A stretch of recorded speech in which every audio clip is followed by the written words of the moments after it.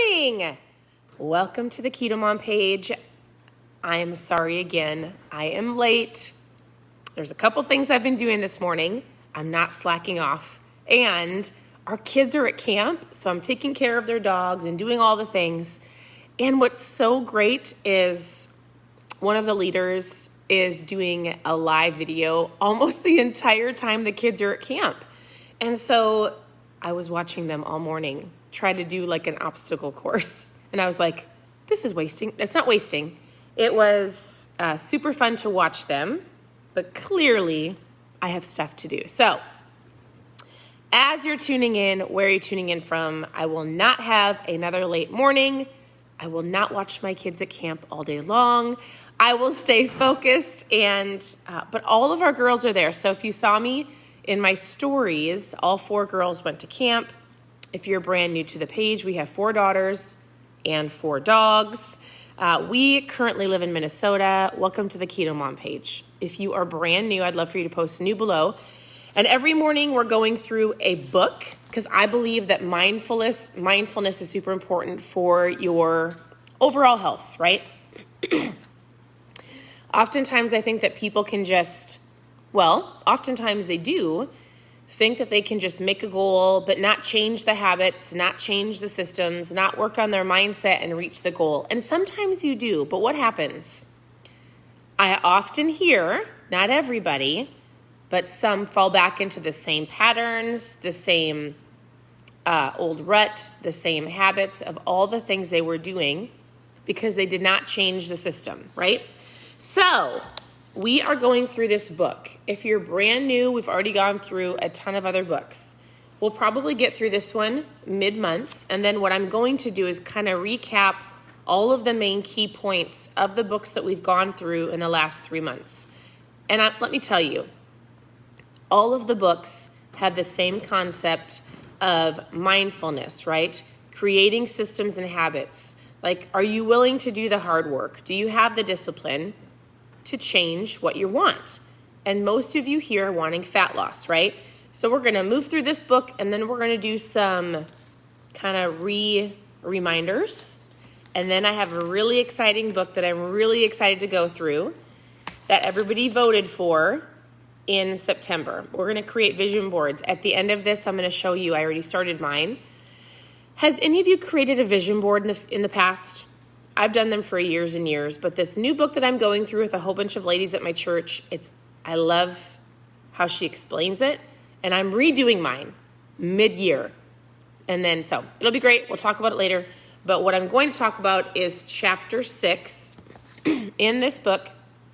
I'd love to know, where are you tuning in from? And how was your morning?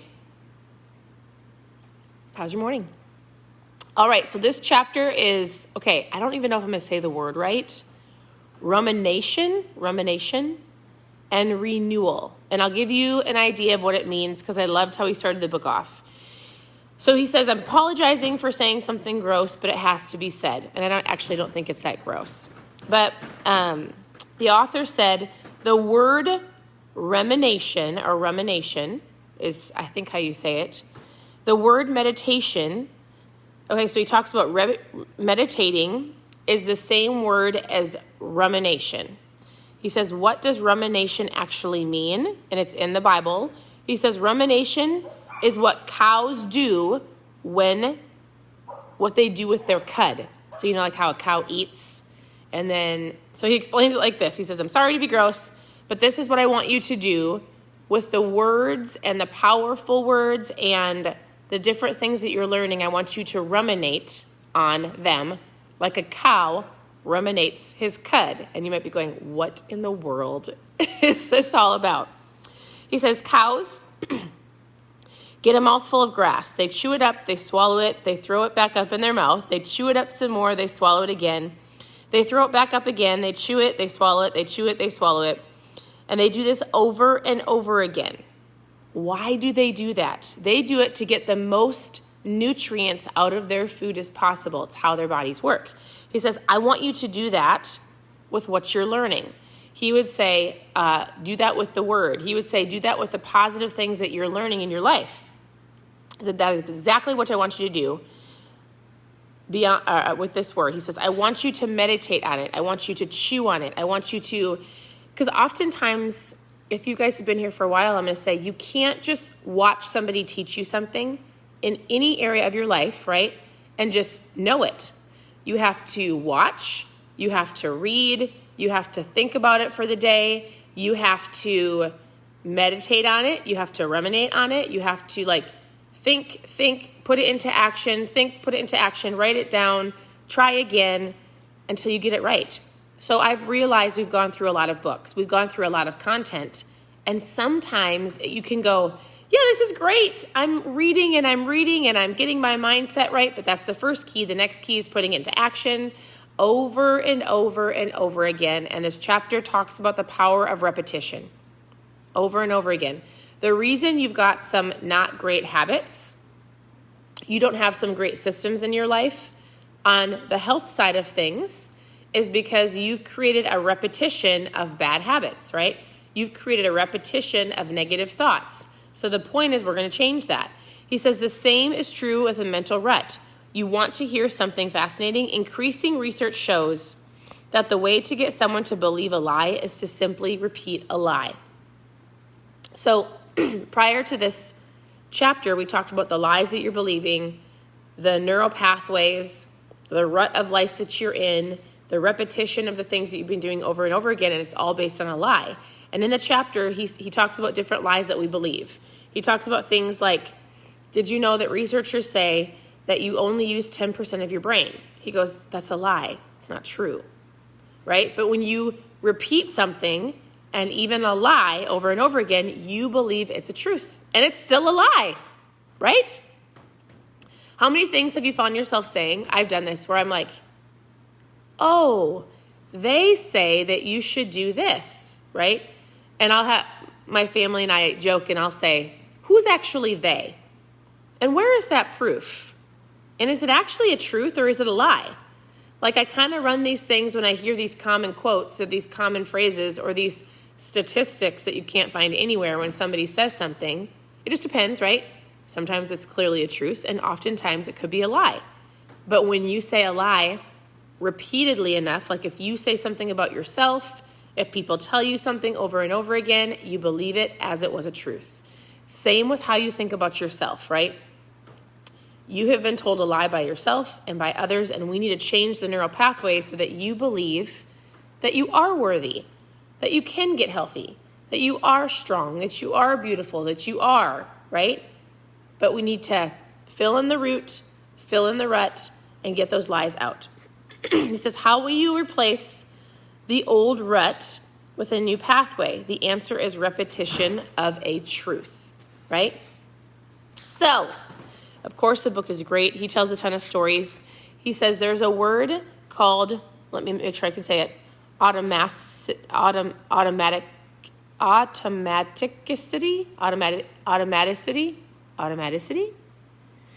Anyways, automaticity is the ability to do things without thinking about what you are doing. When repetition allows an action to become unconscious, it becomes automatic, right? Half the things that we do throughout our day are automatic. You get in the shower, you don't have to tell yourself how to do it. You just automatically wash your hair, wash your body, do all the things you need to do, and you get out. It's automatic, right? So he says you automatically do the things, good or bad, and now we have to change some of those things, and you have to become aware. What are you doing, right? And how can we change that? I love this old quote, and I don't think he states in here who says it, but I love it, and I put this as the header of the video. Watch your thoughts, they become your words. That's true, right? Your thoughts become the things that you say. Watch your words, they become your actions. Watch your actions, they become your habits. Watch your habits, they become your character. Watch your character, it becomes your destiny. You are becoming and you are the person and you are the, You are the whatever of your thoughts. Your thoughts become words. Your words become actions, right? Your actions become your character. And so if you want change, we have to become aware of the lie and we've got to put new truths in your brain, right? Whether you're looking at this biblically or scientifically, both say the same thing. Zig Ziglar says, repetition is the mother of learning and the father of action, which means it is the architect of your accomplishments. You learn something, you put it into action. So basically he goes over like we have to rewire your brain. You're going to have to keep moving forward. In the last chapter, he talked about writing it, thinking it, confessing it. He talks about having declarations, whether you believe it or not, right? But I am healthy. I am strong. What if you got up in the morning, you looked in the mirror, and you told yourself, I am healthy. I am strong. I make good choices. I am worthy. I am beautiful. What if you said that? And it might seem awkward at first, but eventually you're going to create a neural pathway in your mind.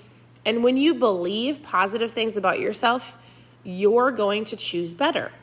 When you believe that you're not worth it, it's always going to be this way. I feel like garbage. I'm always going to feel like garbage. Then you're going to go through the drive-thru. Then you're going to sit down and eat out of emotion. But when you love yourself and you believe that you're worthy, guess what? Repetition will kick in. You'll start making better choices. You're going to feel better about yourself. When you're listening to better things and you're saying better things, you're going to choose better. It's not just biblical, and I think biblical is number one, but for those who don't love that, it's scientific. All right? So here's what we're going to do. I'm going to show you the next book that we're going to do in September. I forgot to get you a link. Please forgive me. I will get you a link. But we're going to go through this book, and we're going to, because this is going to help us also with the things that you say about yourself. So this is going to talk to you about declaration, which, just so you know, part of homeschooling my girls, we homeschool. We've always homeschooled, not by we weren't made to do it. Meaning this last year and a half didn't force me to homeschool. I've always homeschooled. And so what I'm working on while the girls are at camp is I'm working on, I love for them to have their own declaration, but there are things I need for them to declare over themselves every morning. When we homeschool, we're going to start off with our Bible. We're going to start off with memorizing the word. And my girls are going to have their own declarations. One of them is going to be declaring that she is a strong reader, that she can spell, right? That she is super great at reading. And like there's things that we are going to do. We will do it every day because I understand the power of the words, and I understand that my children need to be uplifted, and they need to speak that over themselves. So I'm going to do all of this with my girls. I would challenge you, if you have kids, to do it with your kids, right? Some of your children need to believe whatever when they go to school, right? Oftentimes these kids go to school and they don't think they're good enough, whether it's sports or even their looks. Like if you can help your kids understand the power of their mind right now, they don't have to deal with it, or they don't have to go through challenges like you are today as an adult because they are working on it today. Do it with your kids. Do it with your spouse. So we're going to go through this book and we're going to create a vision board. This is something that I usually do in January. And I thought, you know what? I don't know where my vision board, my husband says, you already did a vision board. I'm like, yeah, but I wasn't, like my heart wasn't in it this year. My heart wasn't in it. I don't remember what I put on it. And whatever I did put on it, I don't think I actually thought about it. I'm redoing it, so I actually have it right here. I'm going to put it on here, but I already printed off some words, right? And I'm going to write some things, and the book is going to walk you through this. We're going to start this book in September, and the vision board is going to be 10 to 12 things you want to accomplish in the next 12 to 18 months. Now, there's long-term vision boards. There's lots of things that we're going to talk about. She walks you through the entire process. So here's the book. It's Terri Savelle. I know Amazon has it. I'm going to try to find a link so that we can just order it directly from her. There's a book and there's a workbook, okay? So I'm just giving you adequate time to grab it so you can do it with me. It's great. I'm going through it right now. It's actually only a 6-week course, and then we make your vision board. So if you want to do it, we're going to do this in September, and I'm excited about this one, actually, really excited. The chapters are pretty short, so we can even make it take longer than 6 weeks so you're not rushed. All right, I'm going to let you go. I'm sorry I hopped on super late this morning. Continue to tune into the page for recipes and tips and tricks. Reach out to me if you've got specific questions. I am here to help. Otherwise, I appreciate you all. You are worthy. You are amazing. You have everything that it takes to go after the things that you want. And you have everything that it takes to defeat and conquer and get out those bad habits and put in new ones. So I'm here to help you with that. I hope you have a great day, and we'll talk to you soon.